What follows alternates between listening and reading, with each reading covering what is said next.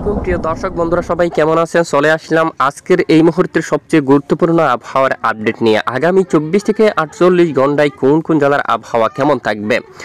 এই মুহূর্তে আবহাওয়ার পূর্বাভাস রিপোর্ট অনুযায়ী দেশের দিকে ধেয়ে আসতে চলছে প্রচণ্ড আকারে ঠান্ডা শীত। আগামী 6 তারিখ থেকে উত্তরাঞ্চল থেকে শুরু করে ধীরে ধীরে 7 তারিখ 8 তারিখ দেশের দক্ষিণাঞ্চল পর্যন্ত প্রবেশ করতে পারে এই ঠান্ডা। তো আজ কোন কোন জেলাগুলোর উপর আকাশ মেঘলা, এছাড়া বৃষ্টিপাতের আবার আছে কিনা আপনাদেরকে দেখিয়ে দেবো। তো ইতিমধ্যে সরাসরি আপনারা লাইভ স্ক্রিনে দেখুন। বর্তমান আবহাওয়ার আপডেট অনুযায়ী দেখা যাচ্ছে বেশ কিছু এলাকায় আকাশ পরিষ্কার, তবে সিলেট বিভাগের অনেক এলাকায় তুমুল আকার কুয়াশাময় কুয়াশাময় আকাশ দেখা যাচ্ছে। সিলেট বিভাগের বিভিন্ন এলাকায় এই মুহূর্তে কুয়াশার চাদরে ঢাকা পড়ছে। পেঞ্চুকো সহ এবং সিলেট বিভাগের আরও দক্ষিণে বিভিন্ন এলাকায় কুয়াশার চাদরে ঢাকা পড়ে গেছে। এছাড়া এখানে বিশেষ করে বাংলাদেশের দক্ষিণের বিভিন্ন এলাকায় আজকে কিছুটা মেঘের আনাগোনা থাকতে পারে। দেখুন, আজ বুধবার মূলত 4 ডিসেম্বর নাগাদ আজ যদি আমরা সারাদিন লাইভ ট্রেক করে দেখি, বিশেষ করে বাংলাদেশের বেশ কিছু এলাকার আকাশ একেবারে পরিষ্কার থাকতে পারে। আপাতত বৃষ্টিপাত হওয়ার মতো সম্ভাবনা কিন্তু কোথাও দেখা যাচ্ছে না। তবে কিছুটা একেবারে বিকেল নাগাদ আংশিক আকাশ মেঘাচ্ছন্ন হতে পারে পশ্চিমবঙ্গের উপর দিয়া। এরই মাঝে জামশেদপুর, রাউরকেল্লা এই অঞ্চল দিয়া কিছুটা মেঘ তৈরি হতে পারে, অথবা চাকুলিয়া অঞ্চল, সারেঙ্গা এদিকে দেখুন আপনারা। তারপর জাদুঘোড়া, এখানে দেখুন বারুইপুর এবং বাদাম পাহাড়ে সকল এলাকায়, তারপর সাইবাসা, এখানে নোয়ামন্দি এই সকল স্থানে কিছুটা আকাশ মেঘলা এবং বাঁকুড়া, বর্ধমান থেকে শুরু করে পার্শ্ববর্তী কিছু কিছু এলাকায় চন্দ্রকোনার দিকে কিন্তু কিছুটা মেঘ আসতে দেখা যাচ্ছে। এবং এদিকে কোলাঘাট, খড়গপুর অঞ্চল থেকে শুরু করে কলকাতা, বারুইপুর, ডায়মন্ড হারবার, বসিরহাট এই সকল স্থানের আকাশ কিছুটা মেঘাচ্ছন্ন হতে পারে। এখানে বেশ কিছু এলাকায় আকাশ মেঘাচ্ছন্ন হতে পারে। পাশাপাশি খুলনা বিভাগের এখানে কিছু কিছু এলাকায় আকাশ সামান্য মেঘাচ্ছন্ন হতে পারে, এখানে খুলনা বিভাগের দুয়াক এলাকায়। এছাড়া বাংলাদেশের দক্ষিণের এখানে কিছু কিছু স্থানে আকাশ আংশিক কুয়াশাময় আকাশ থাকতে পারে।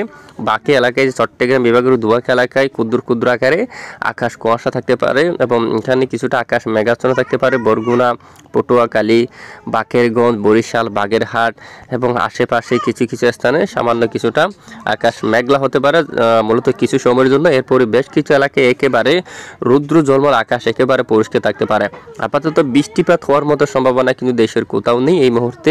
এবং শুক্রবার 6 তারিখ নাগাদ 6টার সময় এবং এরপর যদি দেখি আমরা সামান্য দোয়াক এলাকায় মূলত কিছু সময়ের জন্য আংশিক কিছুটা মেঘাচ্ছন্ন এরকম পরিস্থিতি থাকবে। কুমিল্লা, ফেনী, নোয়াখালী এখানে বেলুনিয়া, চাঁদপুর অঞ্চল দিয়া, তারপর এদিকে দেখুন উদয়পুর এই সকল স্থানে দেখুন এখানে আমবাসার দিকে, এখানে দক্ষিণের কিছু কিছু এলাকায় আকাশ সামান্য আকারে মেঘাচ্ছন্ন হতে পারে। বাকি এলাকায় আকাশ একেবারে পরিষ্কার থাকার সম্ভাবনা রয়েছে। আর ধীরে ধীরে তাপমাত্রা কিন্তু অনেকটাই কমতে দেখা যাচ্ছে। দেশের একেবারে সর্বনিম্ন তাপমাত্রাটা যদি আমরা একটু দেখি, চট্টগ্রাম বিভাগের এদিকে আসলে দেখুন আজ এই যে শুক্রবার এখানে বিশেষ করে এই যে আগামী কয়েকদিনের মধ্যে তাপমাত্রা কিন্তু আরও অনেকটাই কমতে পারে।